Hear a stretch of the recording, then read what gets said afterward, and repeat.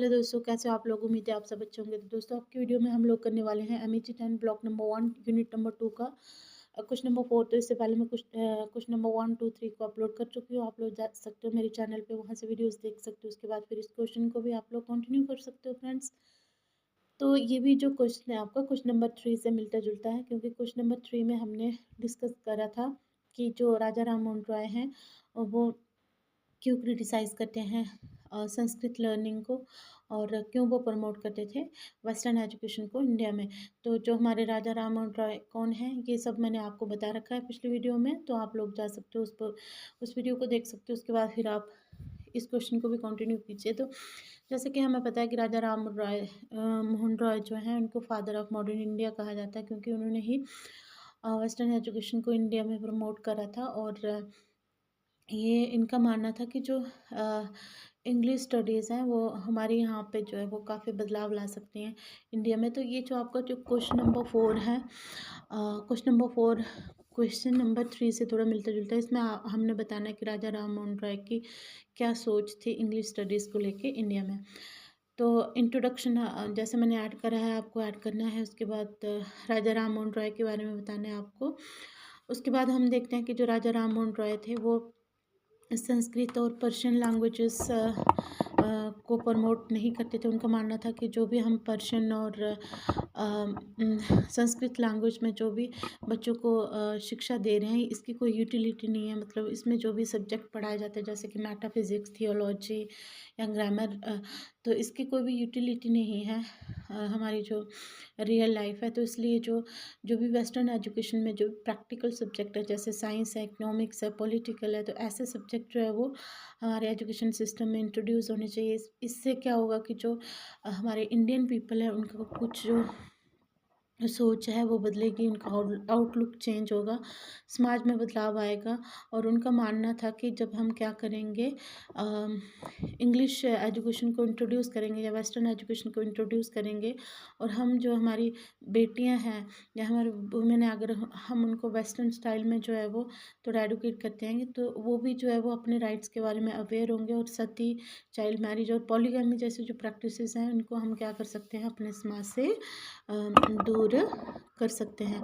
तो पहला पॉइंट था उनका access to scientific and modern knowledge. हमने बताना है कि राजा राम मोहन राय जो है वो इंग्लिश स्टडीज़ को क्या मानते थे, मतलब क्यों ज़रूरी है इंडिया में ये, वो क्या मानते थे इस चीज़ के बारे में।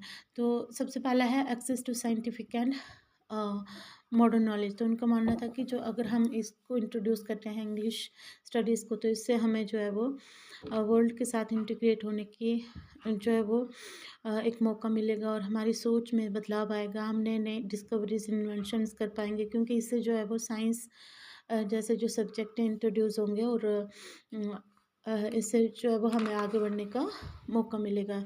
नेक्स्ट हम लोग देखते हैं गेटवे टू प्रोग्रेसिव आइडिया। तो फ्रेंड्स इसमें मैंने सिंपल लैंग्वेज में ही कर रखा है, आप लोग रीड कर सकते हो।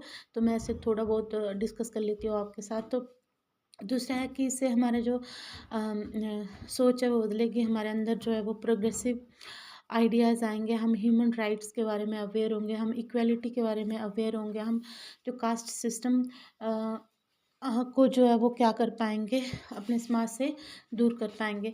और इसके बाद देखते हैं support for social reform movement. तो अब जो हम जानते हैं कि राजा राम मोहन रॉय ने इंग्लिश का यूज़ करके जो है वो समाज में बहुत सारे सुधार करे, जैसे सती प्रथा, चाइल्ड मैरिज, पॉलीगमी जैसी जो बहुत सारी बैड इविल्स थी हमारे समाज में, तो उनको उन्होंने जो है वो दूर करने की कोशिश करी।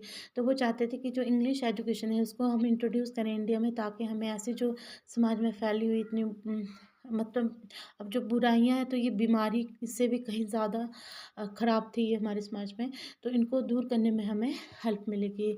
नेक्स्ट देखते हैं bridge between east and west. तो उनका मानना था कि जब हम इंडियन पीपल क्या करेंगे, अगर हम इंग्लिश सीख लेंगे, तो इससे क्या होगा कि हम जो है वो वेस्ट के लोगों से इंटरेक्ट कर पाएंगे, उनसे जुड़ पाएंगे, और उनसे जो है वो बहुत कुछ जो है वो सीख पाएंगे, और उन लोगों को भी हम बहुत कुछ अपना सिखा पाएंगे, उनको कुछ ना कुछ जो है वो उनसे भी सीख पाएंगे। नेक्स्ट है इससे क्या होगा, नेक्स्ट जो पॉइंट है fifth, opening India to global ideas and economic development. तो उनका मानना था कि हम जब ऐसा करेंगे तो इससे क्या होगा कि हमें पूरे दुनिया से अलग अलग आइडियाज़ मिलेंगे और इससे हमारा जो है वो मॉडर्नाइजेशन होगी और हमारा आर्थिक विकास होगा। नेक्स्ट देखिए, यहाँ पे है question point number 6, criticism of traditional education system. तो जैसे कि हम क्वेश्चन नंबर 3 में डिस्कस कर चुके हैं कि वो जो राजा राम मोहन राय थे तो वो ट्रेडिशनल सिस्टम था जो हमारे इंडिया में एजुकेशन का, तो उसके वो बहुत विरोध करते थे। जैसे कि हमें हम जानते हैं कि हमारे यहाँ पे पाठशाला मदरसास गुरुकुल हुआ करते थे जिसमें धार्मिक शिक्षा दी जाती थी। वेद पुराणास कुरान ये सब जो एंशिएंट टेक्स्ट थे ये रटाए जाते थे, लेकिन इनकी जो कोई भी प्रैक्टिकलिटी नहीं थी, रियल लाइफ में इनकी कोई यूटिलिटी नहीं थी, तो इसको वो डिस्करेज करते थे। इसकी जो है वो इसका विरोध करते थे हमारे राजा राम मोहन रॉय। ये तो हमने पहले वाली वीडियोस में डिस्कस कर रखा है, आप लोग वहाँ से भी कुछ पॉइंट्स को यहाँ पे मिक्स कर सकते हो। Foundation for national unity and awakening.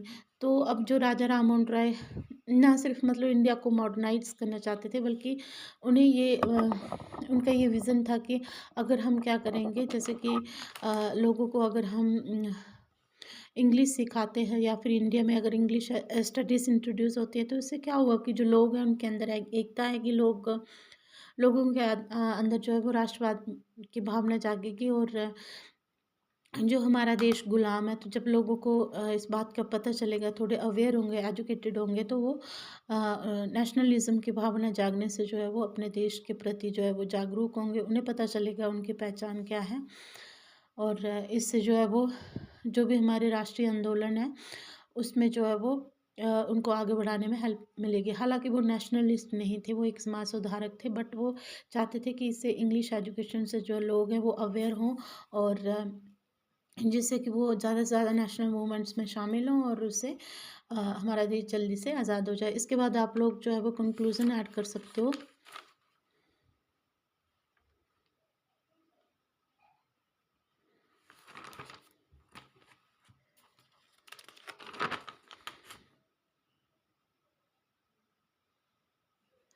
Thank you very much.